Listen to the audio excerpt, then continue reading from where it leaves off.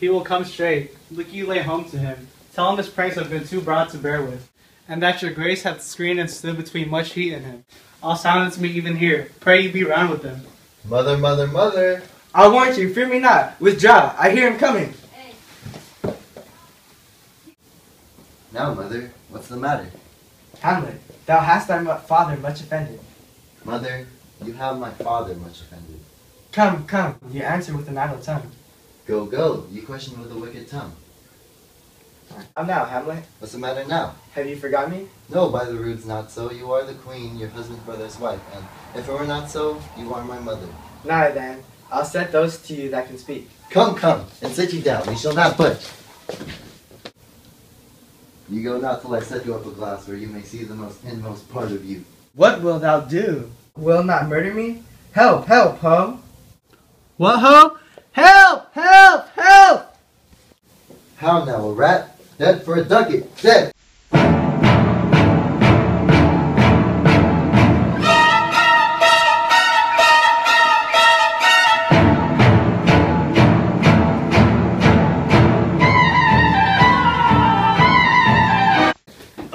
I'm slain! Oh me! What hast thou done? Nay, I know not. Is it the king? What a rash and bloody deed this is. A bloody deed? Almost as bad, good mother, as kill a king and marry with his brother. As kill a king? Aye, lady, 'twas my word.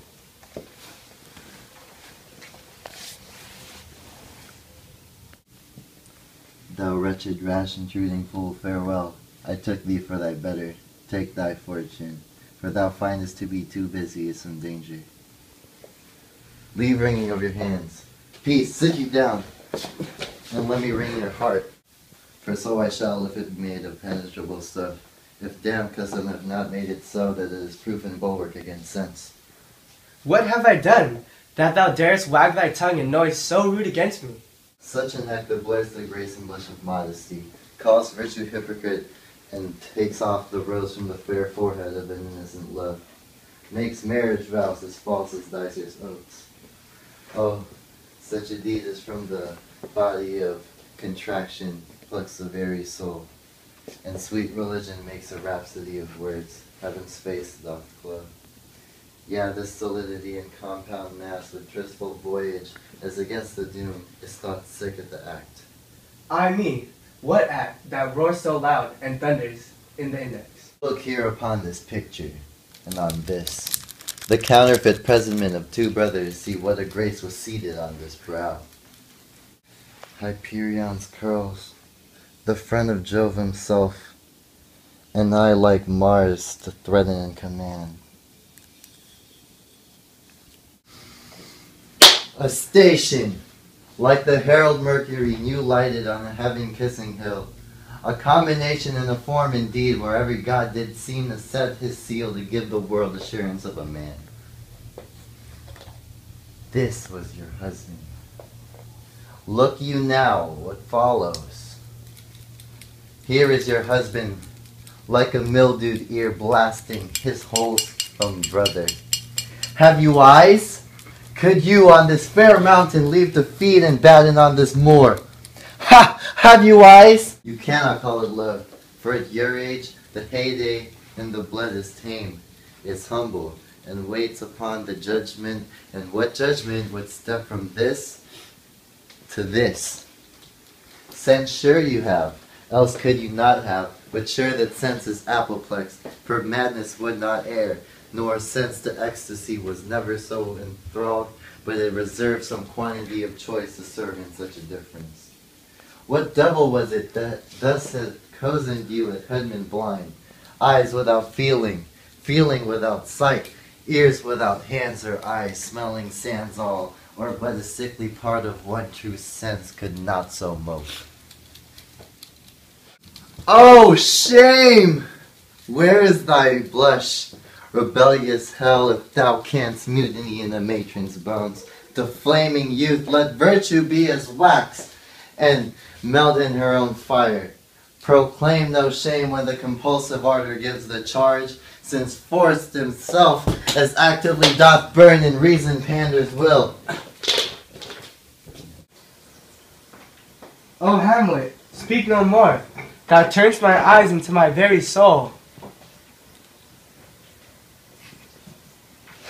And there I see black and grey spots, as will not leave their tint. Nay, but to live in the ranks sweat of an unseen bed, stewed in corruption, hiding and making love over the nasty sty. Oh, speak to me no more.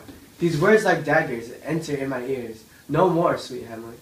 A murderer and a villain, a slave that is not 20th part the tithe of your precedent lord, a vice of kings, a cutpurse of the empire and the rule, that from his shelf the precious diadem stole and put it in his pocket. No more!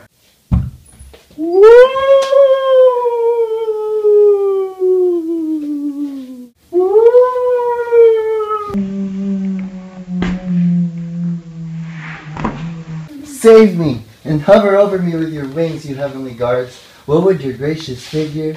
Alas, he's mad! Do you not come, your tardy son, a child that lapsed in time and passion, let's go by the important acting of your dread command. Oh, say!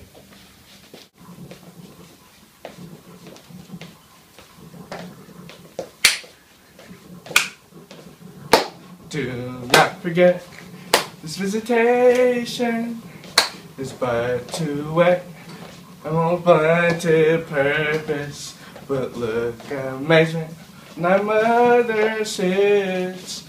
Oh, step between her and her fighting soul, and see weakest bodies, strongest work.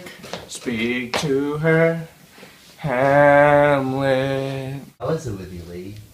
Alas, how is it with you, that you do bend your eye on vacancy, and with the incorporeal air do you hold discourse? Forth at your eyes your spirits wildly peep, and as the sleeping soldiers in the alarm, your bedded hair, like life in excrements, starts up and stands on end. O gentle sun, upon the heat and flame of thy distemper, sprinkle cool patience. Whereon do you look? On him, on him! Look you, how pale he glares. His form and cause conjoined, preaching the stones to make them capable. Do not look upon me, lest with this piteous action you convert my stern effects. Then what I have to do will want true color, tears perchance for blood. To whom do you speak this? Do you see nothing there? Nothing at all, yet all that is I see. Nor did you nothing hear? No, nothing but ourselves. Why, look ye there. Look how it steals away. My father, in this habit as he lived, look where he goes even now, out at the portal.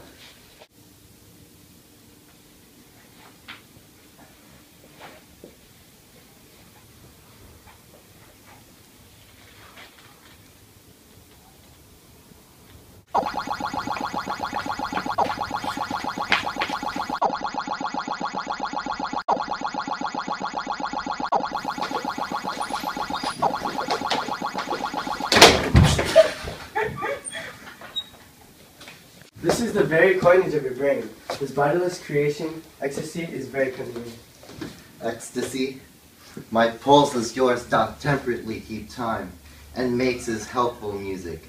It is not madness that I have uttered. Bring me to the test, and I the matter reward, which madness would gamble from, mother. For love of grace, lay out that flattering unction to your soul, that not your trespass but by my madness speaks.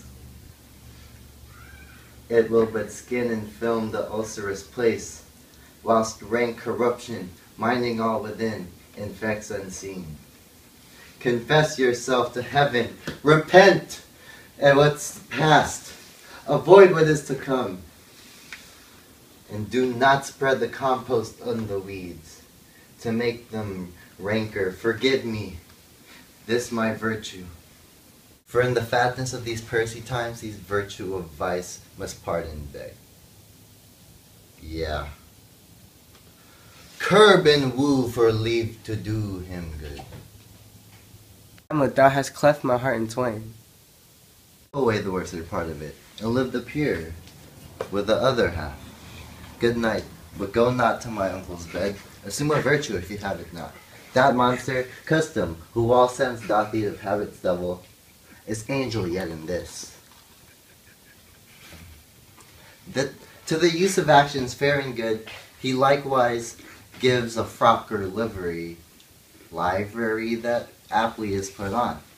Refrain tonight, and that shall lend a kind of easiness to the next absence, the next more easy.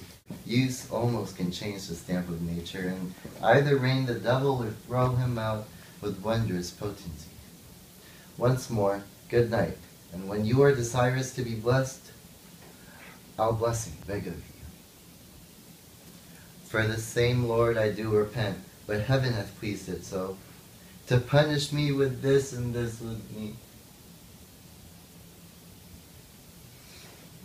that I must be their scourge and minister. I will bestow him and will answer, well, the death I gave him. So again, good night. I must be cruel only to be kind.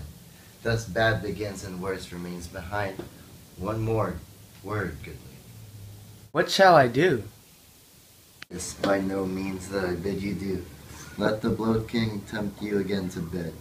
Pinch wanton on your cheek.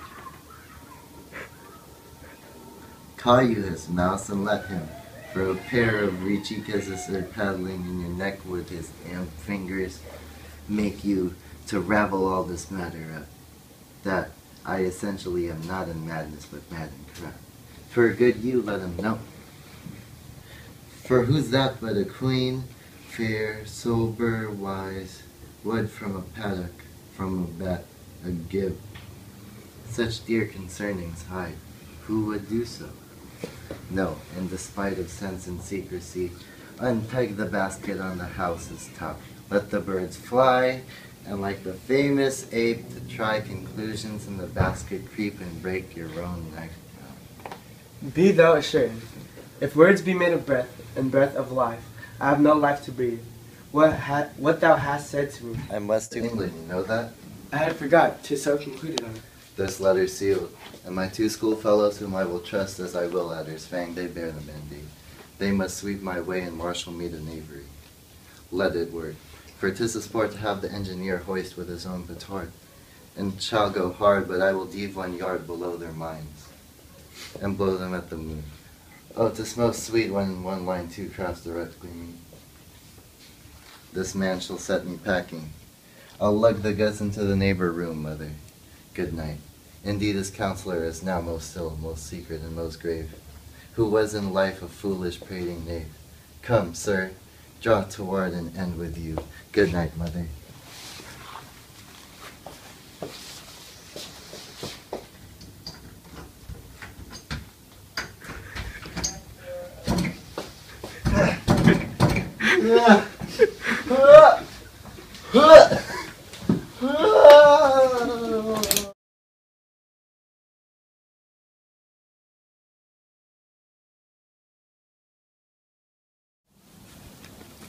Hey, what are you doing? Who, me? Yeah. I'm on NativeAmericanPassions.com. What is that? Native American Passions? That is a 100% free online dating and social networking site for meeting single Native Americans who share a passion for Native American culture. Oh my god, that's amazing. How can I join? Here!